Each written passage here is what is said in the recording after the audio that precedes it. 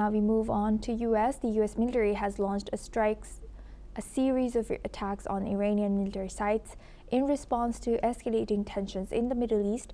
U.S. Central Command confirmed that U.S. forces destroyed several key facilities, including Islamic Revolutionary Guard Corps, command posts, Iranian air defense systems, and missile launch sites.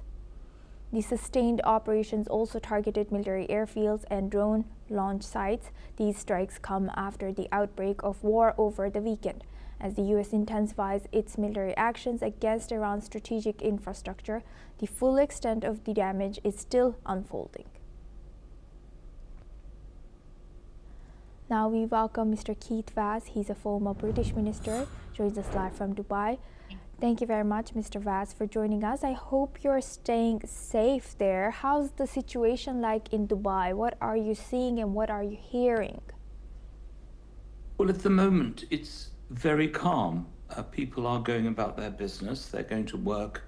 They are going to the shopping malls. And last night, they were going out. It's business as usual from that point of view.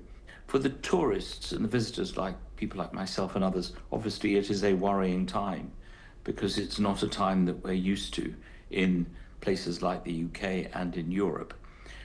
We were told originally that flights had resumed, flights had left Abu Dhabi and Dubai airport. Now, we're not sure whether that is happening, but we were told certainly that they were ready, and I can hear at least one plane go over as we speak. Let's hope it's a commercial aircraft and not anything else. So we are following advice, which is that these are serious times, to be careful and be cautious. But this is a financial capital. Dubai is, one of the world's financial hubs. So you can't actually stop operating in a place like Dubai.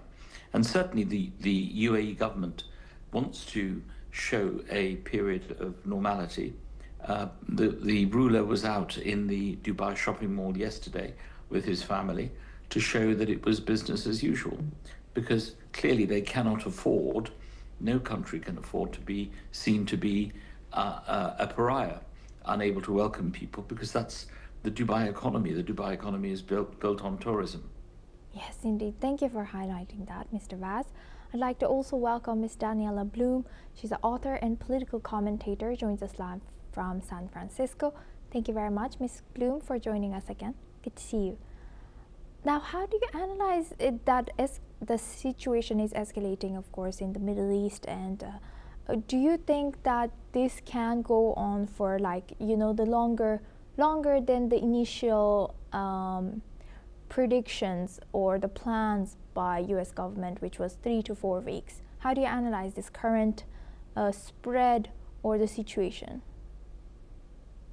Well, obviously everything is still moving just as we speak. I see that the IDF is striking Tehran and Beirut. I don't think Trump likes to be in war. I think he is strategic and likes to win. This might not be as quick as the 12 days we had in June, but I do believe that they are going in with some sort of strategy, and they want to be successful. And there will be some growing pains, unfortunately. There will be casualties, but I think that they will be as limited as possible. And I'm very encouraged by the unity in the Middle East. Former countries that would have a lot of conflict coming together, united against this regime, and I'm very hopeful for the outcome. Yes, thank you very much, Ms. Bloom and Mr. Vaz, for joining us and sharing that insight. Please do stay with us as we come back to you.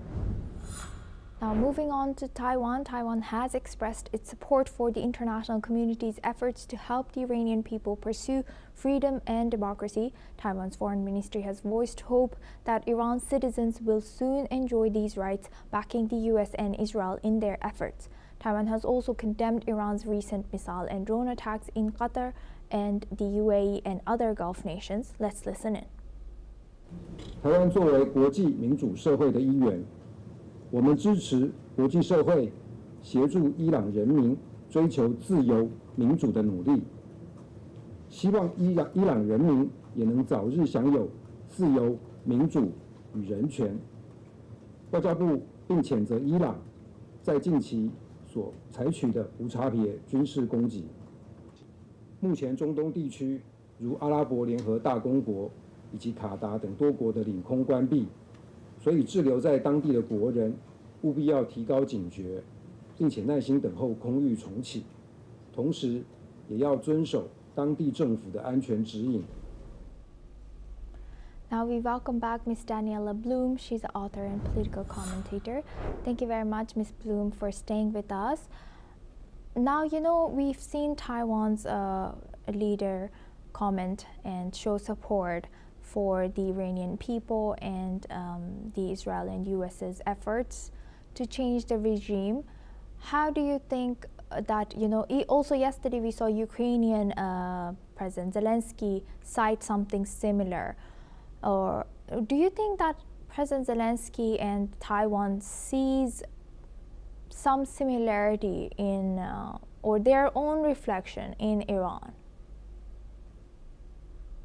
There will be a redistribution of power. It is not a coincidence that Venezuela's Maduro was targeted and taken out.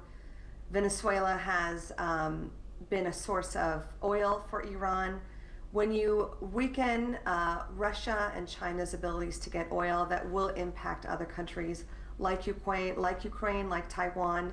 It is all interconnected, so a redistribution of power is very, very important. Thank you very much for sharing that, Ms. Bloom. Mr. Vaz, thank you for joining us again. What's your take on this? Do you think that, Ukrainian president, yesterday we saw his statements coming, now we're seeing Taiwan's leaders say this. Do you think they see their reflection on this, on the situation in Iran? Well, I think every country is going to think very carefully about what is happening. This is obviously a breach of international law when two countries, Israel and the United States, attack a third country, Iran. I think everyone accepts that. Even the President of the United States accepts that he did not go to the Security Council and get a resolution in support of this action. So we are now in uncharted territories where countries that are very big can in effect do what they want to other countries. And that's the problem about a lawless world. Who do you then go to when there is a crisis involving different forces? So it's a worry. I hope very much that this intervention will not last long. It's not clear why the talks with Iran broke down. Iran has been a problem for years and years and years, and it's been a threat to other countries in the Middle East. So the question is, why now? Why is this happening now when it didn't happen, say, a month ago, when we know exactly what Iran possesses and what it has? So these are questions that only the president can answer, and indeed Congress, who don't seem to have been consulted in any meaningful way. If there's going to be a declaration of war under the Constitution of the United States, Congress has to have a debate and has to support it. And the Republican Party has control of both houses. So the issue is, why was Congress not consulted? They were told, the Gang of Eight, the leadership of Congress was told, but why were they not consulted? So it's illegal. It's an illegal war that is unconstitutional.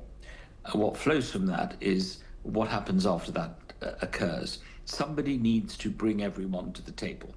Is it the UN? Is it someone else? Someone needs to act as the honest broker in these circumstances to let both sides pause and then decide what they need to do. Thank you very much. This is the problem we face. Yes.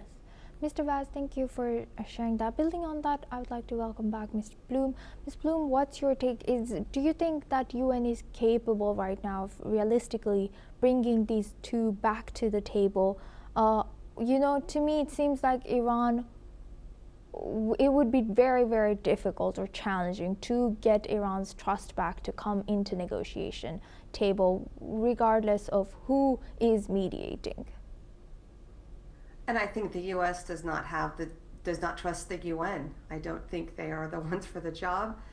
We talk about international law being broken time and time again. That's exactly what the regime of Iran has done. They signed a treaty saying that they would not have any nuclear weapons, and yet evidence, Steve Woodcock just came out and said there was tons and tons of verified evidence of nuclear weapons, even though they signed that they wouldn't. So I feel like you cannot, in the Middle East, work on diplomacy. Most of the peace deals that have happened in the Middle East have been done through strength, through deterrence. And Trump did the best he could with communicating to Congress his intentions. He did the best he could communicating with Iran. He gave them 60 days. And they were calling his bluff, and he was not bluffing. And sometimes you have to do the hard thing. But I look at Saudi Arabia uniting with Emirates, uniting with Qatar. Jordan just jumped in on this letter. I think we have a real shot at a united effort to destabilize this terrible, tyrannical regime in Iran. And I am hopeful for the future. We can speculate on so many different things, but we won't really know until things settle, and I am hopeful. Thank you very much for sharing that powerful message with us. Now we move on to our next news. The U.S. Embassy in Kuwait has closed indefinitely following retaliatory